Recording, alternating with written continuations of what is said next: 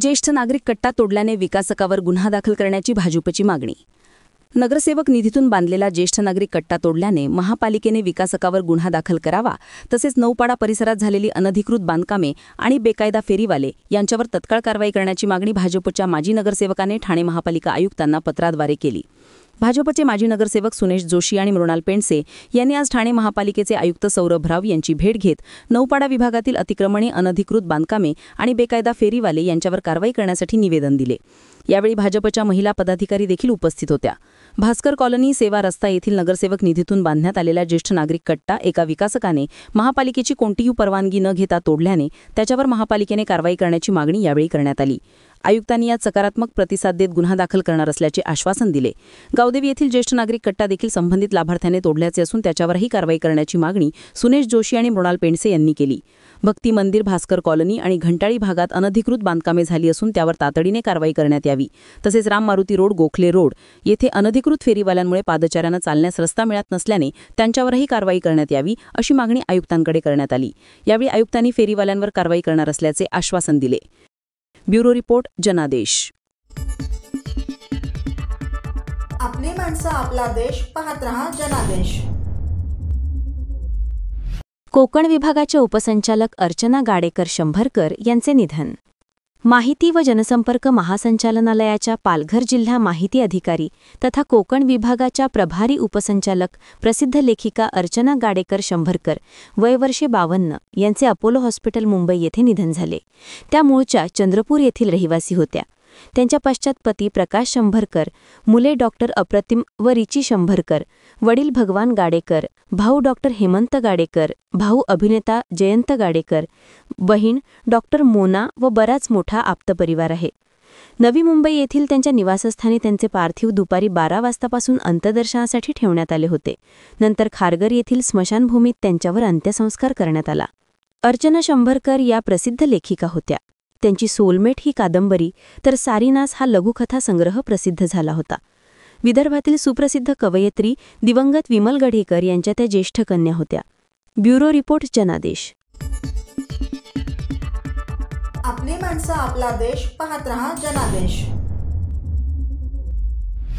सर्व नागरिकांना आवाहन करण्यात येत आहे की सध्या डासांमार्फत पसरणाऱ्या डेंग्यू या आजाराचा प्रसार रोखण्यासाठी प्रत्येकाने पुढीलप्रमाणे कार्यवाही करावी.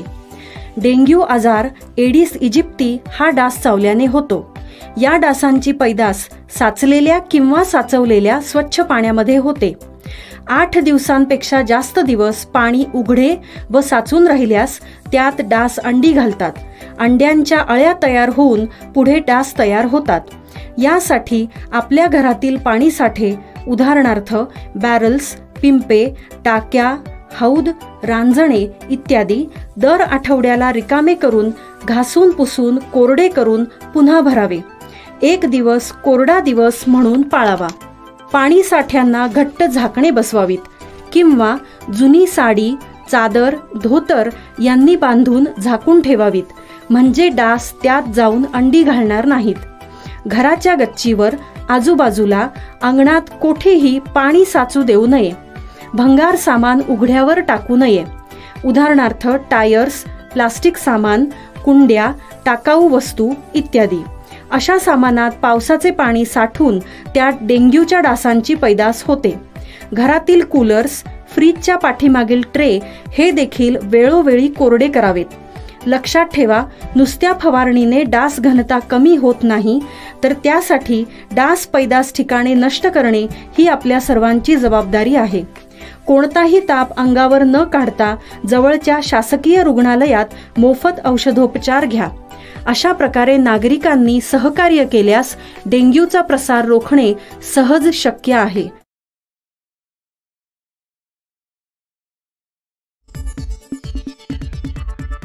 आपली माणसं, आपला देश. पाहत रहा जनादेश. संग्राम जगताप यांच्या विरोधात शरदचंद्र पवार पक्षाचा मोर्चा. अजित पवार गटाचे आमदार संग्राम जगताप यांनी धार्मिक द्वेष निर्माण करण्याचा प्रयत्न केला असा आरोप करीत त्यांच्यावर गुन्हा दाखल करावा, या मागणीसाठी राष्ट्रवादी काँग्रेस शरदचंद्र पवार पक्षाचे राष्ट्रीय सरचिटणीस डॉक्टर जितेंद्र आव्हाड यांच्या मार्गदर्शनाखाली तसेच जिल्हाध्यक्ष मनोज प्रधान यांच्या नेतृत्वात शेकडो कार्यकर्त्यांनी राबोडी पोलीस ठाण्यावर धडक दिली. आमदार संग्राम जगताप यांनी करमाळा येथील जनआक्रोश मोर्चात बोलताना दीपावलीची खरेदी फक्त हिंदूंच्या दुकानातून करा असे वादग्रस्त विधान केले होते. या विधानाचे पडसाद सर्वत्र उमटले आहेत. मात्र अजित पवार यांनी अद्याप त्यांच्यावर कोणत्याही प्रकारची कारवाई केलेली नाही. त्या निषेधार्थ राष्ट्रवादी काँग्रेस शरदचंद्र पवार पक्षाच्या वतीने हा मोर्चा काढण्यात आला.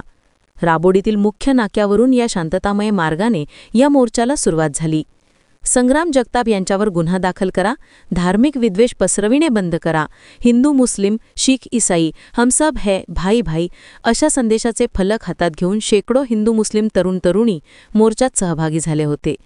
मोर्चेकऱ्यांच्या शिष्टमंडळाने राबोडी पोलीस ठाण्याचे वरिष्ठ पोलीस निरीक्षक चव्हाण यांची भेट घेऊन संग्राम जगताप यांच्यावर गुन्हा दाखल करून अटक करावी या मागणीचे निवेदन दिले. या आंदोलनात कार्याध्यक्ष प्रकाश पाटील, प्रदेश प्रवक्त्या रचना वैद्य, मोजम खान, युवा कार्याध्यक्ष राजेश कदम, विद्यार्थी अध्यक्ष राहुल पाटील, सरचिटणीस राजेश जगन्नाथ साठम आणि अनेक पदाधिकारी कार्यकर्ते सहभागी झाले होते. ब्युरो रिपोर्ट, जनादेश. आपली माणसं आपला देश, पाहत रहा जनादेश. शिवसेना उबाठातर्फे जीवनावश्यक वस्तूंचे किट धाराशिवकडे रवाना.